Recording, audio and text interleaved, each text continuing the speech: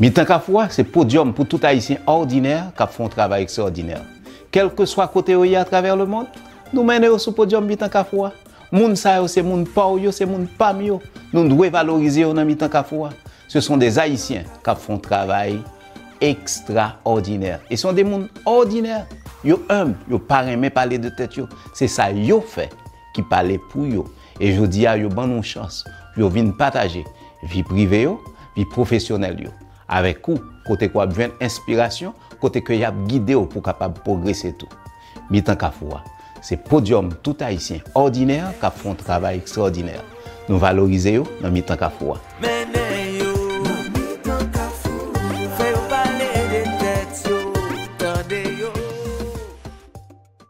Salut tout le monde, nous sommes Marc Lubin, bienvenue dans Mitan Kafoua. Nous connaissons que Mitan Kafoua, c'est podium tout haïtien ordinaire qui font un travail extraordinaire. Des gens qui sont importants pour moi dans la communauté, des gens qui vivent longtemps, qui voient un pile progrès que nous faisons, qui voient un pile bagaille que nous avons fait pour nous aller plus loin et qui mettent tête pour aller dans position pour être capable d'aider la communauté, aider vous-même, aider moi-même, aider tête tout. Parce que si vous n'êtes pas dans position, conseiller de bagaille qui ne doit pas arriver fait. Mais puisque observé pendant trop longtemps, vous dites comment ça passe? Place moi, là, si vous voulez un changement. Et c'est une bagaille que Vanessa Pierre a décidé de faire. Les candidats, comme Konseye ou bien conseiller dans City notre Miyami. Et avec l'expérience, le nombre de temps que vivent dans la ville là, eh bien, il voit que faut que les candidats, faut que l'aller pour que participer dans le changement, pour, tant que vous dites en anglais, to be part of the solution. Alors, Madame Pierre, Nabdou, bienvenue sur le podium Mitan Kafoua, comment est? Thank you. Bienvenue, merci. Parce que vous invitez là aujourd'hui pour me parler avec l'audience ou avec toute l'audience de notre Miyami, pour me faire connaître qui est-ce et puis pour ça là pour position. Alors, là, dit qui mounouye, nous avons que vous avez un petit détail, un petit détail de qui est Vanessa Pierre, côté le fait, côté le grandi, et qui j'en comprenne notre Miyami. Oui, so, ça c'est une belle question. Puis moi, je réponds à la question ça parce que c'est notre Miyami. Je fais notre Miyami, je grandis dans notre Miyami, dans toute l'école notre Miyami. Et puis c'est notre Miyami. Si vous regardez dans un dictionnaire, et puis où est le mot notre Miyami, c'est moi-même ou ouais, parce que c'est un monde. Je me dis, moi lever là, à l'université, et puis me retourner dans notre Miyami pour me servir ville là.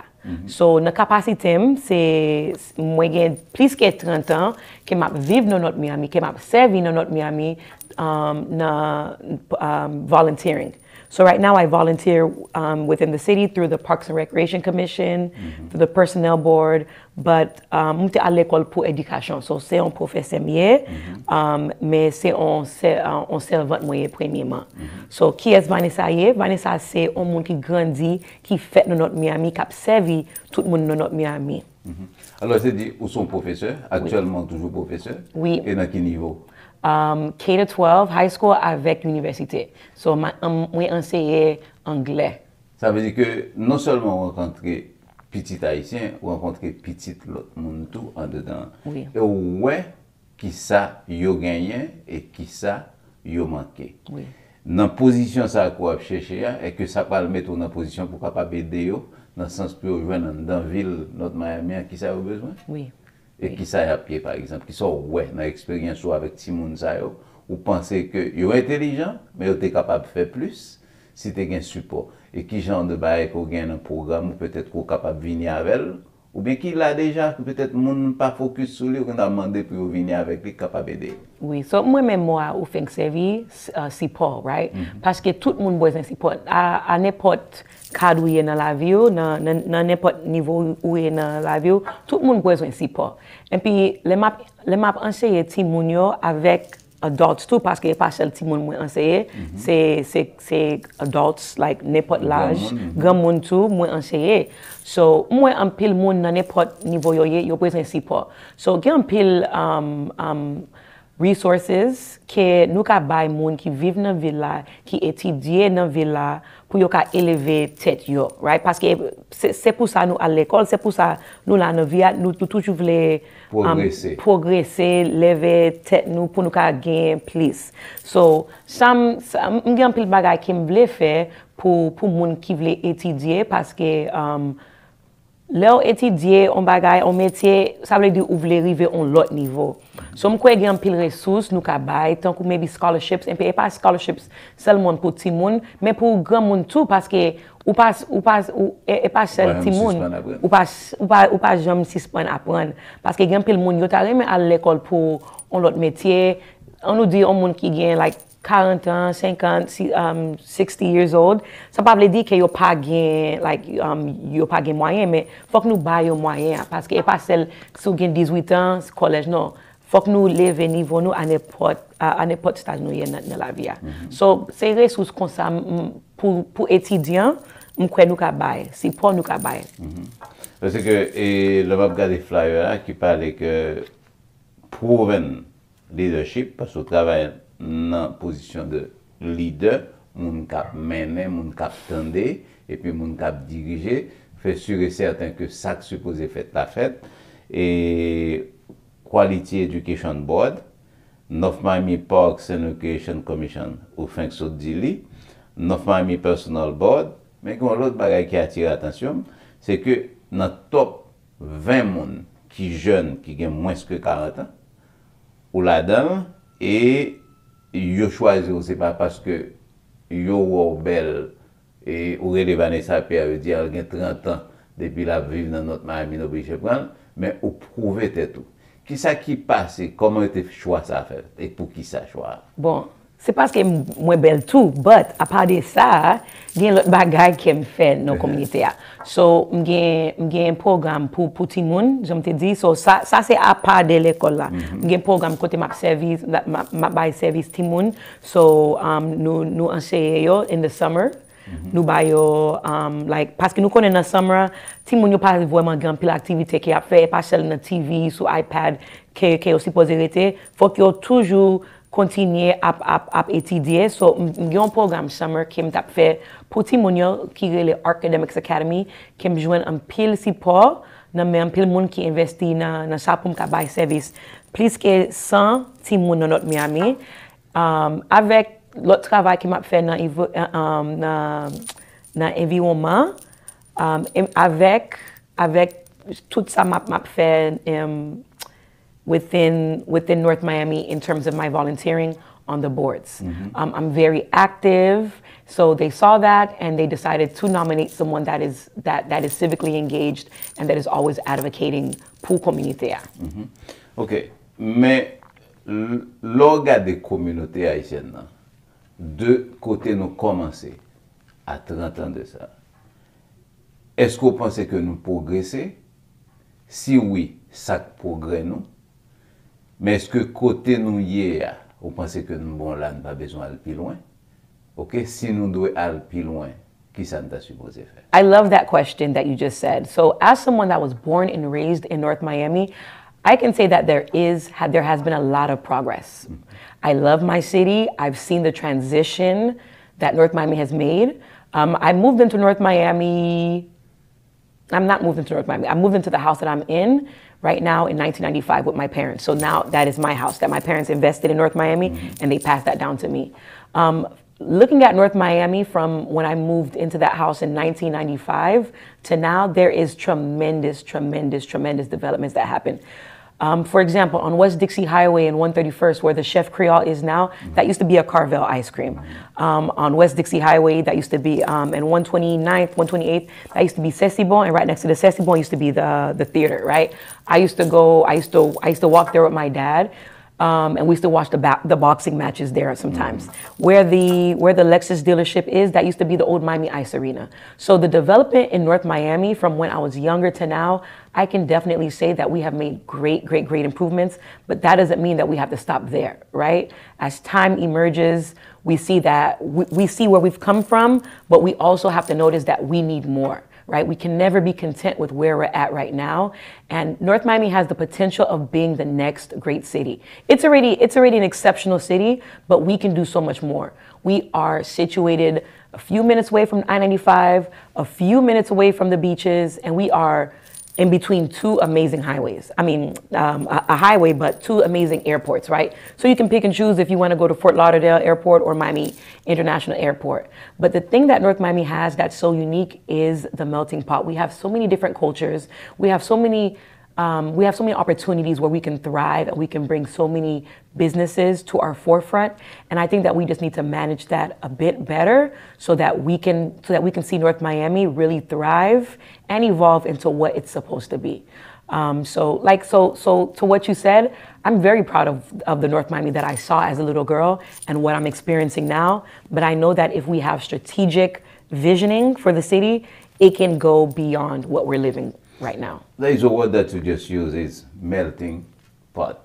I like that word. I'm going to tell you why. Because most of the time, they are thinking, I don't think that they have a survey, but they will be thinking because we have a lot of Haitians, we have a lot of Haitian business, and most of the people there, if you are a candidate, you will get the Haitian vote. And they think that candidate that you will be elected will be serving only the Haitians. But that is not your background, because as a teacher, you see people, okay? And you don't only see Haitians. And at that point, what would you say to those that maybe, should I vote for her? She's of Haitian descent and North Miami, but I'm not, but I'm still living in North Miami. Should I give her my vote? What would you say? So you made a great point, right? So first and foremost, I'm an educator. I've been an educator for over a decade, and I don't service only Haitian students. Mm-hmm. I service Jewish students, I service white students, I service Black American students, I service immigrant students. I service every type of student that there could be, person that there could be. So that's first and foremost. So I am someone that is already comfortable servicing and communicating and interacting with people from no matter the background, right? And good thing for me, when I was an undergrad at Bethune-Cookman University, I had my minor in Spanish. So there really is no barrier or any bias in me to only want to serve one community. I was born here and I have interacted with so many people, right? Aside from me being a teacher, I interact at work with people from many different backgrounds. So that's never going to be something that's going to stand as a hurdle, because it's within me. I do it every day. So it's something that's second nature. Again, and North Miami, especially District 1 where I'm running, it's not only Haitians, right? We have people coming from many different nations. And when I go knock on their doors, they don't even mention that. They're like, you know what? You're so articulate. You're born and raised here. You seem to have a grip, a handle on all the issues that we have in the city. You're my candidate. So if the people that I'm asking for their support, if they believe in me when I come to their doors, I don't see anything that can stop me from servicing every single person in North Miami, and not only District 1. District 1 is just one seat, mm-hmm. But if somebody in District 4 calls me, I'm answering. If someone in District 3 calls me, I'm answering, because District 1 cannot thrive if the entire North Miami is not thriving. Okay. That means you're a city person. I'm a city person. Okay, I am North Miami. Group. Exactly. Okay. And I thought, when there's one question I have for you. Last time that, maybe a year or two ago, we had an interview. Nous t'avons parlé. Qui n'a pas parlé? Yes, so last time we spoke was 2019 when I ran for this seat, and I narrowly missed the election. But my dad is doing amazing. As you know, my dad is my best friend, so he's doing amazing. He's on vacation right now, mm-hmm. But he has been pounding the pavement for me. He has been fundraising for me, and he is always my #1 supporter in everything I do. Even if I tell my dad, hey, Daddy, I want to fly to the moon tomorrow, he's like, Vanessa, anale. He is somebody that's behind me 1,000%, so that is definite. He's doing amazing. Mais c'est que, dans mes cours, plus de détails, parce que Jean y est, ok, choix pour professeur, pour servir le monde. est-ce que c'est bon côté papa qu'on comprend? Parce que papa, on n'a pas parlé de tête, mais on même, on a parlé de papa. Est-ce que, qui côté on prend ça? Je prends ça dans board tous les deux parents, right? My mom was a boss, my dad was a boss. So, you pas gain choix pour you faire. Nothing but bosses in the family. Je dis tous les deux parents, moi, les autres levé, yo toujours metté un pile like confiance, like especially my dad, like it's un coup like li mettait tellement confiance dans tête moi. I walk around with like pas gagner pas qu'à faire, pas gagner pas qu'à faire. Tellement yo investi in my self worth and my confidence. So je pense ça dans tous les deux parents moi parce que moi qui gens yo à l'école, qui gens yo gain business yo, et puis so si me grandi non comme ça. There's no choice but for me to be great. Qui genre de relation qu'on gagne avec la famille et qui fait qu'on comprenne peut-être l'autre monde qu'on regarde en face ou pas famille comprendre mieux. Qui genre dynamique là pour fait de famille même. Within my family members, we're all close knit. We're all close knit. Like we're just like I was just talking about my mom, my dad, but everyone, even extended family, even aunts, uncles, like. I always tell people, like, I know I'm the favorite of the family, but like, we really do have a tight family dynamic, and it's always love, it's always support, and it's always positivity. Like, we're proud of you. They're always showing me off or showing off my other siblings. So it's really a great family that really shows that how much they have our backs all the time. Qui ça qui en plus qu'on peut le porter dans position ça? So en plus dans position ça, I'm gonna bring competence, vision, and collaboration. Okay. Is there an example for each one of those? Of course. So for competence is my intelligence, right? It's not just because I have degrees, not just because I have my bachelor's, master's, and doctorate. That's not always the indicator that of intelligence. But intelligence in terms of being a critical thinker, right? Sometimes the answer is not in front of you. Sometimes you have to investigate more. So intelligence in terms of that. I forgot the other ones that I told you. Vision, right? So vision, that's one of the things that I believe that the city is really missing, right? We need strategic visioning. There's a lot of leaders that just have plans for themselves, to promote themselves, but there is no real vision right now for the trajectory of North Miami. Without a clear vision, you don't know where you're going. That's just like when you're getting in the car. If you don't have the directions, if you don't know where you're going, you have nowhere to go. You don't know if you should be turning left, right, yes, no, up, down. So North Miami definitely needs vision, and I can definitely bring that vision to the entire city. Souvent, on a parlé de politique. Politiciens ont fait une pile belle promesse. Promesse, ça, c'est ça qui va permettre que vous arrivez dans la position. Si tu as une promesse qu'on fait et qu'on arrive dans la position, ou est-ce que ce n'est pas possible pour réaliser, et qui sera fait? So, the promises that I can make is that I can advocate for the community, and I can advocate that I will walk a straight line. I think that those are two things that are missing right now, especially in North Miami politics. Those two things, walking a straight line, meaning not using funds that you're not supposed to be using for personal gain or anything like that, right? Because I mean, I do have a career outside of me wanting to be in politics, which is very important, right? So walking a straight line, and also advocating for what the community wants. Not for what I want, because it's not my position, right? I am advocating for the people of North Miami. So those are the two promises that I can make, that I'm gonna advocate for what the people want, and that I will walk a straight line. Okay. Question que je toujours aimé demander moun qui candidat pour une position politique et en pile monde qui à peu près m'gen doit prendre référence ou même yo gen diplôme et yo gen expérience, yo gen connexion. Position ça que y a cherché c'est pour une position gen comme la donne. Ça yo connaît, ça yo gen comme compétence, comme éducation, qu'a fait plus comme et sans tracas. But when you get into a position like being a councilwoman, mon a brûlé tout le temps. Mon a campé dans la rue tout le temps. Et vie ou vie pas yo. OK? Je trouve que pour moi-même, son position comme si qui vient avec un emmerdement, tracas. OK? Pour qui ça, nous obligés de choisir ou bien obligés de choisir comme c'est vous-même qui en face, Vanessa Pierre, je dis, pour ça, nous choisir comme ça, je ne pas comprendre des fois. This is one of my this is one of my favorite questions, right? Why do you want to run? People are going to be in your business, this and this and that. Somme toujours dit, si vous ka plaigner, ou ka mette tête ou devant pour ka on monde qui on leader, on servant, right? So until no foyer, until mon a plaigner, oh I don't like this, I don't like that, and I ask them, did you vote? And people respond no, and I say, okay, so you can't talk, right? And really, many people may not like that response, but it is our duty to hold people who we are voting for accountable. So as somebody that has over 30 years in North Miami, as someone who is overly competent, as someone who has a vision, I say, why not?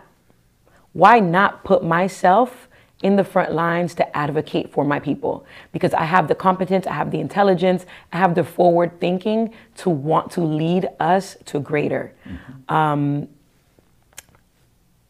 A leader is someone who's not going to lead with ego, right? And that's something that I always tell people. I don't have an ego, and I don't mind getting taught. I embrace people teaching me, right? I don't have all the solutions, but together, working with the community, working with other people, we have to see a greater vision. So I say, why not? I am more than competent. I was raised and I was educated in North Miami, more specifically, right? I went to W.J. Bryan Elementary, right there on 12th Ave and 125th. I went to North Miami Middle when it was on 131st and 8th Avenue. I went to North Miami Senior High when it was on Pioneer Boulevard. So I got my education in North Miami, and this is what someone who is educated in North Miami came to return to the people. So I'm a product of the city, and I'm highly competent for the position. Sou fait une promesse, Okay. et qu'on arrive dans position, et qu'on voit que ou pas qu'à réaliser, qui ça va dire mon. Well, I'm always solution-based oriented, right? N'a toujours joué un problème, but nous pas qu'à just camper sur problème là, I'm toujours voulu jouer une solution. So, m'ka dit sim fait un promesse et puis m'pa like it didn't realize into what I wanted. It's always a pivot, right? So okay, nous pas qu'à faire ça kounya, but on nous garder on nous planifier pour solution que nous qu'à faire. Maybe you wanted a park on 125th Street, but we didn't get a park on 125th Street. We got it on 118th Street, right? Hey, it's not what you wanted, but let's take what we have and let's build on that. So ou pas gen parc là dans position dans zone côté de mon parc quand même, mais la fait de l'autre côté. Exactly. And puis après ça nous ka investi dans ça pour nous ka grandir ça gain. So m'pa jamais just dwell or penser sous problème là. Dès pour porter un problème devant, me dit OK, on penser des solutions parce que nous ka parler des problèmes là all of our lives, but si pas de solution, it doesn't really matter. So I'm more so solution based. So si on joue arrivé et puis on te fait un promesse et puis nous n'est pas réalisé, OK, mes problèmes là nous pas gain, but on nous penser de l'autre solution. It takes collaboration, right? J'aime te dire, I'm not the only person with intelligence, so it takes community collaboration so that we can actually get to where we want to be. And I never want to do something by myself. It's greater with a team. And I would love for community members to give their input so I can say we did it and not me, because it's not a me job, it's definitely a we position. OK. Et est-ce que vous avez un exemple peut-être de bagages qu'on réalisé maintenant dans le paraître devant est un petit difficile et pour monde qui vient avec projet mais au chita quand même et puis nous réaliser nous jouons nos bagages sous un exemple de toi exemple peut-être que monde ouais mais yo pas connaît côté participer là-dedans que yo même pour c'est yo même qui a joué OK il a participé là-dedans le bon pour yo mais yo pas connaît ce que de toi exemple so m'ka dit dans programme là côté m'te joindre en pile aide was the youth program that I mentioned to you Academics Academy pas gen pile programme pour tout monde dans notre Miami where the parents could afford it, right? So, parce que m'te jouen en pile aide, so collaboration ak en pile moun no communauté, yo te permet moi service about 100 students, youth throughout the entire summer, free breakfast, free food. They got math, English, math, reading, writing, science, and field trips throughout the entire summer, right? So that's one of the programs that I have done, that I've collaborated with throughout the city that has serviced people within the city that many people may not know that I was behind that. But I know that I don't have to be devant caméra toutefois pour moun ka joindre something good within the city. Non, you know, son candidat, oui, parce que moun besoin remet réalisation. Yo remet gagnon bagay comme preuve que yo capable faire du ou bien parler de monde qui va voter pour lui ou bien encourager l'autre monde. Ça fait que et moi mando ça, OK, parce que sous podium Mitan Kafoua et en pile monde que nous recevons, yo pas parler de tête non, c'est ça yo fait qui parle pour yo. Oui. Et ça very important. Is there something else that you want to add for your people? Get out, ou a besoin volontaire, est-ce qu'on a besoin d'argent et qui sont capables de contacter ou, OK, et qui leur élection. Est-ce que vous pouvez voter avant ou bien obligé de temps de jouer l'élection? Okay, awesome. That's one of my favorite. I love this because I'm toujours besoin de support. I'm toujours besoin de support, but dans situation ça pour district 1, pour district 1, I always need support. So my name again is Vanessa Pierre. I'm running for North Miami City Council District 1. And in terms of support, I'm going to always need volunteers. Volunteers are the backbone of the election, of the campaign, because volunteers show that you are invested in the campaign and the vision and the community. So if you want change, you have to actually put your boots on, get to walking, get to calling, get to knocking on doors so that we can invest in a North Miami that we are proud of, so that we can see North Miami elevate. So yes, definitely need volunteers. Always need money, of course, because we know campaigns run on resources called money. So definitely need that. And the official election day is the day that you are going to all go out and vote, November 5th. But there are 2 weeks. The last 2 weeks of October is where you can go vote early voting at North Miami Public Library. You can go vote the last 2 weeks in October for Vanessa Pierre. And on election day, November 5th, you're going to go to your specified precinct so that you can vote for Vanessa Pierre. If you want to contact me, the campaign's number is 305-748-7950, and you will find someone from the campaign that will get you in contact with me. So all things Vanessa Pierre, all things VP is, you can contact at 305-748-7950. Gen yon bagay peut-être que reprocher un peu le candidat et en général. Là, nous mené campagne, nous passons dans l'église et nous passons nous frapper porte et gen de monde que nous demandé pour nous mettre posters, on samedi sign, yo d'accord. Mais monde ça souvent reprocher que après élection pas nous. Est-ce que ou un candidat qui pral peut-être dans 3 mois ou bien dans 6 mois ou bien avant que l'élection va commencer encore, OK, dans proposition que moun sa ou ka promettre peut-être ou ka font visite. Une visite surprise, soit dans l'église ou bien pour kembe contact là avec eux pour yo. Si vous avez des demandes, ou ka toujours prendre doléance yo. So the good thing about what you said is that première fois que j'ai fait l'élection ça c'était en 2019 et puis j'ai commencé à faire support encore, commencé en juin. En pile nan moun yo changé et puis yo dit oh m'changer ou te vinn la kay moi et puis they took out the flyer that I had from 2019 and they said nous toujours kembe ça parce que nous songe nous ça. So in between 2019 and 2024 m'te toujours kon visiter yo même si moi yo dans Publix ou m'passe na Carrefour côté m'songe OK m'songe qui est-ce qui rete dans kay ça pas mal frapper support là pour m'ka just dire allo et puis yo vraiment remet ça parce que yo toujours dit oh, Kandida yo c'est seule fois les besoin nous ça c'est seule fois yo vinn frapper porte nous but pour moi même ça pas jamais arrivé parce que moun yo dans communauté qui dans district 1 m'ka dit que yo connais qui est moi yo connais couleur orange parce que yo connais depuis yo on moun ka marcher with an orange shirt and a orange flyer yo tout connais c'est Vanessa Pierre so m'pa gen problème ça. Grâce à Dieu, parce que c'est un monde, m'étais toujours dans la communauté, m'grandi dans la communauté, so, et pas tant que wap wem pour l'élection, parce que même les pas gagné l'élection, wap toujours wem parce que m'pas un monde qui juste vient louer en chambre dans district 1. C'est un monde qui investi dans district 1, so m'pas aller en quel côté, là. Même si yo point, même si yo pas point, moi là. M'a toujours là, parce que m'a toujours travaillé dans la ville là, même si nous pas voter, m'a toujours là pour défendre nous. Il y a intérêt à voter parce que il y a bon plus pouvoir pour essayer de bagaille qui arrive fait pour eux. Il y a une bagaille que nous pas dit, si vous avez besoin de prendre contact pour connecter avec Vanessa, c'est 305 748 79 50. You can say it in English because I can't. Yes, you can. But if you want to contact me directly, 305-748-7950 is the official number, and you will be connected to VP and all things Vanessa Pierre campaign. OK. And les besoins volontaires, les besoins de monde qui pourrait le faire porte, les besoins cob tout. Dans le même numéro de téléphone, ça est capable de si vous avez besoin de faire donation.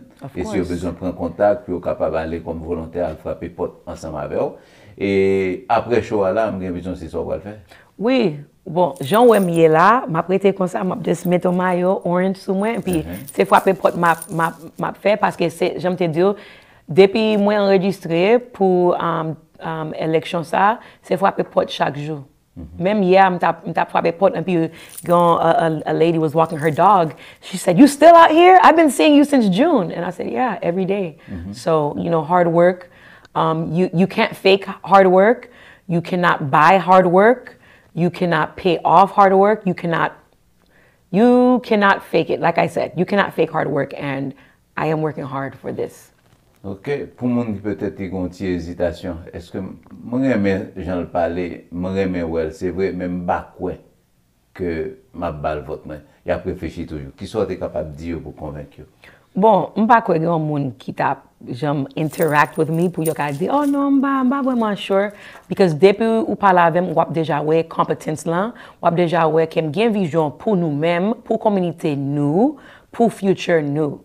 So pas gain l'autre choix, c'est Vanessa Pierre, c'est VP lié. So, c'est ça n'a fait. 5 novembre. Numéro de téléphone encore, c'est 305 748 79 50.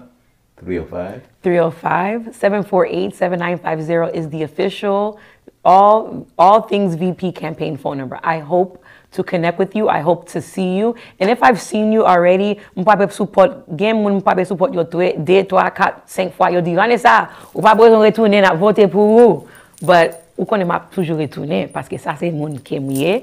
But just vraiment dire vraiment vle dire tout le monde qui m'apprécie si pour apprécier all of the positive energy que moi recevoir parce que les on jeune en pile monde a dit oh just done but m'pa gen ça dans l'idée parce que depuis me gen plainte m'crois m'ka mettre tête moi devant pour m'ka représenter nous pour une plus bonne communauté. Abdi tout le monde merci Vanessa, Nabdo merci pour participation. Thank you so much. Souhaite good luck, bonne chance. Thank you so much. OK, à bientôt. Thank you. Numéro de téléphone encore, c'est 305 748 79 50. Si vous voulez volontaire, si vous voulez faire donation, eh bien pour Vanessa capable élu Conseil Women District 1. Non pas encore, c'est Marc Lubin. On a continué valoriser tête nous dans Mitan Kafoua. À la prochaine. Vanessa, merci. Thank you.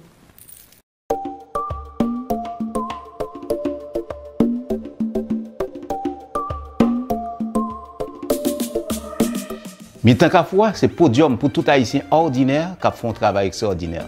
Quel que soit côté où il y a à travers le monde, nous menons sur podium Mitan Kafoua. Moun sa yo, c'est moun pa yo, c'est moun pam yo. Nous devons valoriser dans Mitan Kafoua. Ce sont des Haïtiens qui font un travail extraordinaire. Ils sont des moun ordinaires. Yo humble, yo pas aimé parler de tête yo. C'est ça yo fait qui parle pour yo. Et je dis à yo ban nous chance. Yo vinn partager vie privée yo, vie professionnelle yo. Avec vous, côté quoi besoin inspiration, côté que y a guidé pour capable progresser tout. Mitan Kafoua, c'est podium tout haïtien ordinaire qui font un travail extraordinaire. Nous valorisons dans Mitan Kafoua.